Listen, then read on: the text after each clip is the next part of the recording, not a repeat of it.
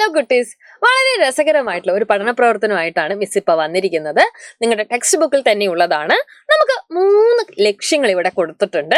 1, ശരീര വളർച്ചയെ സഹായിക്കുന്നു, ജോലികൾ ചെയ്യുന്നതിനുള്ള ശക്തി ലഭിക്കുന്നു, രോഗങ്ങൾ വരാതിരിക്കാൻ സഹായിക്കുന്നു. ഈ 3 കാര്യങ്ങൾ ചെയ്യാൻ വേണ്ടിയിട്ട് ഏതൊക്കെ ഭക്ഷണങ്ങൾ കഴിക്കണം എന്നുള്ളതാണ്.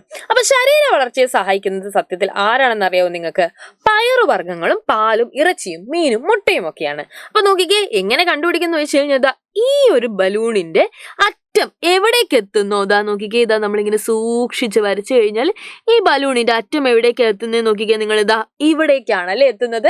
നോക്കിക്കേ, ഇതാണ് പയറുവർഗ്ഗങ്ങൾ, പാല്, ഇറച്ചി, മുട്ട, മീനൊക്കെ കഴിച്ചു കഴിഞ്ഞാലാണ് ശരീര വളർച്ച ഹെൽപ്പ് ചെയ്യുള്ളൂ അല്ലെ. നമ്മുടെ ബോഡി ഡെവലപ്മെന്റിനൊക്കെ എന്ത് ചെയ്യുന്നുണ്ട് ഇവർ? ഹെൽപ്പ് ചെയ്യുന്നുണ്ട്. ഗ്രോത്തിനെ ഹെൽപ്പ് ചെയ്യുന്നുണ്ട് അല്ലെ. ഇതൊക്കെ ഇവരാണ്.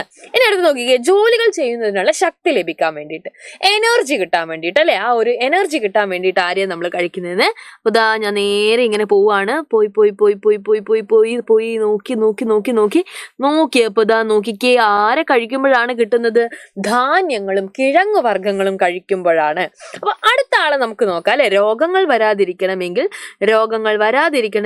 നമ്മൾ ആരെയാ കഴിക്കേണ്ടത്?